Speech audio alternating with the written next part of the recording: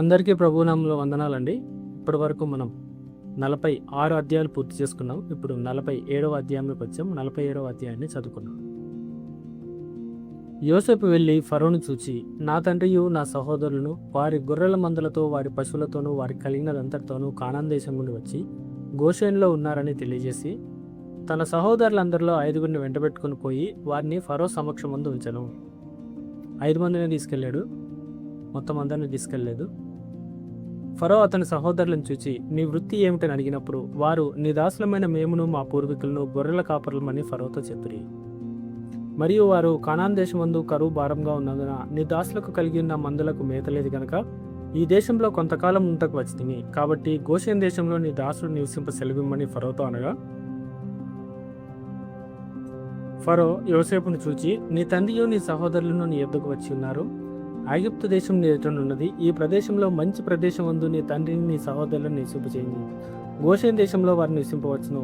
వారిలో ఎవరైనా ప్రజ్ఞ గల వారిని నీకు తోచిన ఎడల నా మందల మీద వారిని అధిపతులుగా నియమించమని చెప్పాను.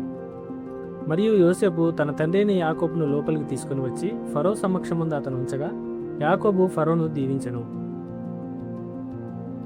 మొత్తానికైతే అనుకున్న విధంగానే ఫరో యోసేపుకి మంచి రెస్పెక్ట్ ఇచ్చాడు. అతను అనుకున్న విధంగానే తన సహోదరులందరినీ బాగానే రిసీవ్ చేసుకున్నాడు. ఈ దేశంలో మీరు ఎక్కడ కావాలంటే అక్కడ హ్యాపీగా ఉండొచ్చు. గోషేన్ దేశంలో మీరు మంచిగా నివసించవచ్చు. మీరు గొర్రెల మందలు మేపుకున్న వారైనా సరే వాళ్ళకు నచ్చిన పదవులను వేయచ్చు. వాళ్ళు ఎవరైనా సరే ఏదైనా పని చేయగలరు. వాళ్ళకు తెలివిగల వాళ్ళు ఉన్నారు వాళ్ళలో. అంటే మన రాజ్యానికి ఉపయోగపడే పనులు చేసే వాళ్ళు ఉన్నారంటే నువ్వు వాళ్ళను అధిపతులుగా కూడా నియమించవచ్చు అని చెప్పాడు. ఆ తర్వాత ఫరోను యాకోబు దగ్గరికి తీసుకుని వస్తే యాకోబు ఫరోను దీవించాడు. ఫరో, నీవు జీవించిన సంవత్సరములు ఎన్ని అని యాకోబుని అడిగినందుకు యాకోబు, నేను యాత్ర చేసిన సంవత్సరములు 130, నేను జీవించిన సంవత్సరములు కొంచెముగాను దుఃఖ సహితమైనగాను ఉన్నవి. అవి నా పితరులు యాత్ర చేసిన దినముల్లో వారు జీవించిన సంవత్సరములన్నీ కాలేదని ఫరోతో చెప్పి ఫరోను దీవించి ఫరో ఎదుటి నుండి వెళ్ళిపోయాను. మొత్తానికి యాకోబు అప్పటికి ఐగుప్తుకు వచ్చేసరికి అతని సంవత్సరాలు 130 అంట. 130 సంవత్సరాలు జీవించాడు యాకోబు. ఫరో ఆజ్ఞాపించినట్లు యోసేపు తన తండ్రిని తన సహోదరులను ఐగుప్తు దేశంలో నివసింపజేసి ఆ దేశంలోని రామేసేసను మంచి ప్రదేశంలో వారికి స్వాస్థ్యం ఇచ్చెను. మరియు యోసేపు తన తండ్రిని తన సహోదరులను తన తండ్రి కుటుంబం వారిని వారి పిల్లల లెక్క చొప్పున వారికి ఆహారం ఇచ్చి సంరక్షించని.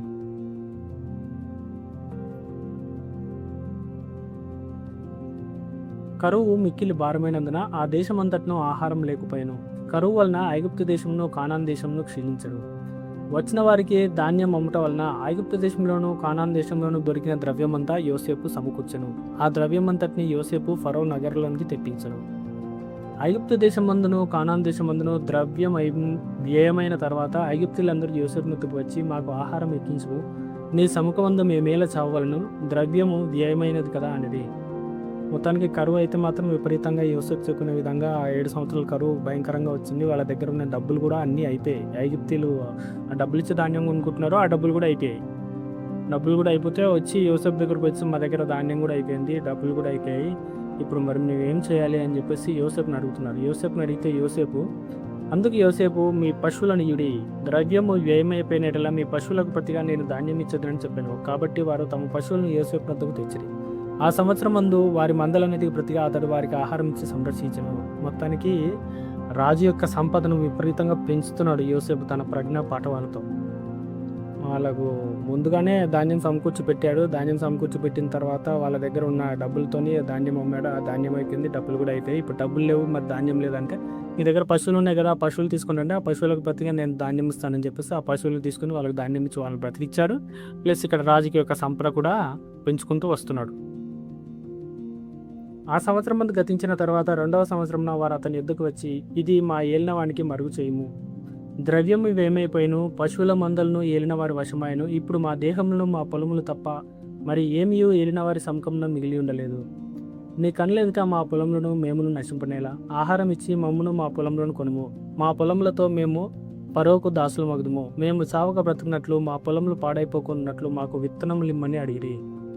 సరే, అంటే ఎంత కరువు భయంకరంగా ఉందనేది మనం ఇక్కడ చూసుకుంటే స్పష్టంగా తెలుస్తుంది. మొత్తానికైతే ఫస్ట్ డబ్బులిచ్చి ధాన్యం కొనుక్కున్నారు. డబ్బులయిపోయాయి. డబ్బులయిపోయిన తర్వాత పశువులు తీసుకొచ్చారు. పశువులు తీసుకొని ఆ సంవత్సరం వరకు ధాన్యం ఇచ్చాడు. ఆ పశువులు కూడా అయిపోయాయి.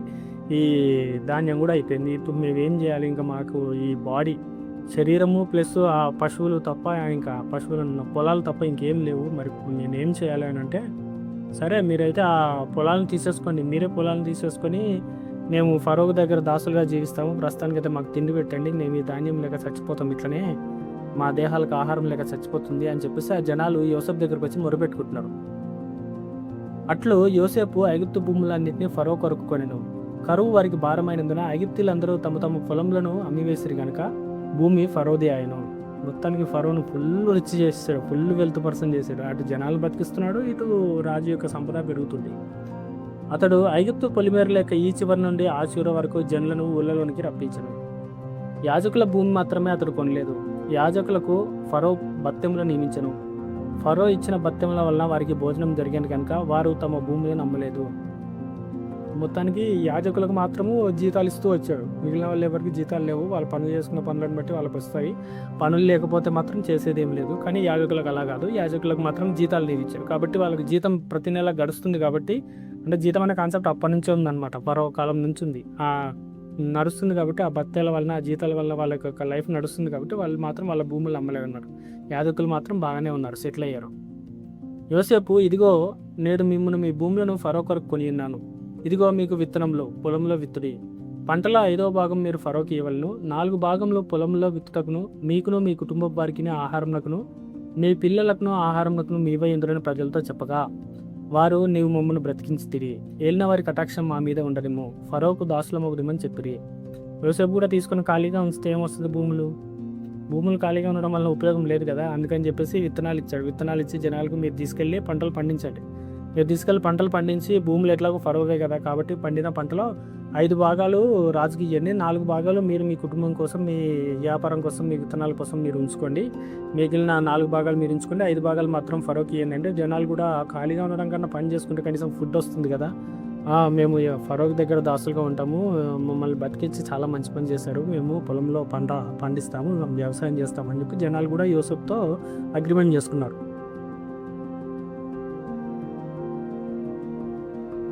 అప్పుడు 5వ భాగము ఫరోదని నేటి వరకు యోసేపు ఐగుప్తు భూములను గురించి కట్టడం నియమించను. యాజకుల భూములు మాత్రమే వినాయింపబడినవి, అవి ఫరోవు కావు. యాజకులకు మాత్రం జీతాలు వచ్చాయి కాబట్టి వాళ్ళు తీసుకోలేదు కదా. కాబట్టి యాజకుల భూమి మాత్రం నిలిపివేయడాయి. మిగిలిన జనాలందరిలో ఎవరు పంట పండించినా, ఎవరేం చేసినా 5వ భాగం మాత్రం ఫరోకి వెళ్తారు అనమాట. అది ఆ కట్టడలాగా నియమించబడింది అనమాట. అదొక వారసత్వ రూల్ లాగా వచ్చేసింది. ఇశ్రాయేలు ఐగుప్తు దేశం ముందు గోషెన్ ప్రదేశంలో నివసించిరి. అందులో వారు ఆస్తి సంపాదించుకుని సంతానాభివృద్ధి పొంది మిగుల విస్తరించిరి. మొత్తానికి ఆ ఇశ్రాయేలీలు ఎంతమంది వచ్చారు? 70 మంది వచ్చారు. 70 మంది ఇశ్రాయేలీలే వచ్చి ఏం చేశారంటే బాగా ఆస్తి సంపాదించుకుని సంతానాభివృద్ధి పొంది మిగులు విస్తరించారు. అంటే ఇక్కడ ఐగుప్తీయులు ఎంతమంది ఉన్నారో తెలియదు, లక్షల మంది ఉన్నారు ఐగుప్తీయులు. వాళ్ళందరి సంగతి పోయింది. కానీ ఇశ్రాయేలీలు మాత్రం బహుగా దీవించబడ్డారంట. బహుగా ఆస్తి సంపాదించుకొని మిక్కిలు విస్తరించారు అనమాట. ఎట్లా అంటే ఆల్మోస్ట్ వాళ్ళు ఐగుప్తీయులను డామినేట్ చేసేంత జనాలు వచ్చేస్తున్నారు. ఇశ్రాయేలీలు మాత్రం వీళ్ళు. యాకోబు ఐగుప్తు దేశంలో 17 సంవత్సరంలో బ్రతికెను. యాకోబు దినములు అనగా అతడు జీవించిన సంవత్సరములు 147. ఇశ్రాయేలు చావవలసిన దినములు సమీపించినప్పుడు అతడు తన కుమారుడైన యోసేపును పిలిపించి, నా ఎడల నీకు కటాక్షమున్న ఎడల దయచేసి నీ చెయ్యి నా తొడ కింద ఉంచి నా ఎడలను దయను నమ్మకమును కనపరచుము. ఎట్లనగా నన్ను ఐగుప్తులో పాతిపెట్టకుము. నా పితరులతో కూడా నేను పండుకున్నట్లు ఐగుప్తు నుండి నన్ను తీసుకుని పోయి వారి సమాధిలో నన్ను పాతిపెట్టమని అతనితో చెప్పాను. అందుకతడు, నేను నీ మాట చొప్పున చేసేదును. మరియు అతడు నాతో ప్రమాణం చేయమన్నప్పుడు యోసేపు అతనితో ప్రమాణం చేశాను.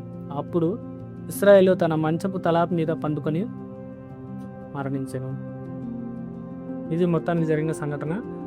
ఆ విధంగా ఇశ్రాయేలీలు అయితే విపరీతంగా విస్తరించిపోయారు. విస్తరించిపోయిన తర్వాత యాకోబుకు మరణ దినాలు సన్నిహితించాయి. యాకోబుకు 147 సంవత్సరాలు వచ్చినప్పుడు అతను చనిపోవాల్సి వచ్చింది.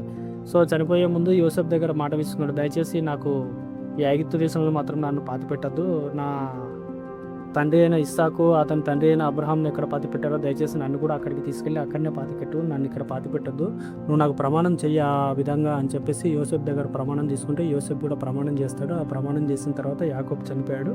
మొత్తానికి బైబిల్లో ఎంతో కీలకమైన చాప్టర్ అయినటువంటి, ఎంతో కీలకమైన వ్యక్తి అయినటువంటి యాకోబు కూడా ఈ అధ్యాయంలో ముగిసిపోయాడు అనమాట. యాకోబు కూడా చనిపోయి తల్లిదండ్రులు చేర్చబడ్డాడు. ఆ విధంగా మనకు 47వ అధ్యాయం కూడా పూర్తయింది. నెక్స్ట్ 48వ అధ్యాయంలో ఏం జరుగుతుంది, ఎంతో ఆసక్తికరమైన విషయాలు ఉంటాయి. అవన్నీ మీరు తెలుసుకోవాలనుకుంటే నా ఛానల్ దయచేసి సబ్స్క్రైబ్ చేసుకోండి, మీకు వెంటనే నోటిఫికేషన్ వస్తుంది. అలాగే మీకు కనుక మా ఛానల్ నచ్చితే సబ్స్క్రైబ్ చేసుకోండి. ఏమైనా సందేహాలు ఉంటే నాకు ఏదైనా తెలియజెప్పాలనుకుంటే, మీరు ఏదైనా అడగాలనుకుంటే ప్లీజ్ దయచేసి కామెంట్ చేయండి. దానివల్ల మన ఛానల్ గ్రో అవుతుంది. అలాగే ఎవరికైనా ఉపయోగపడుతుంది అనుకుంటే షేర్ చేయండి.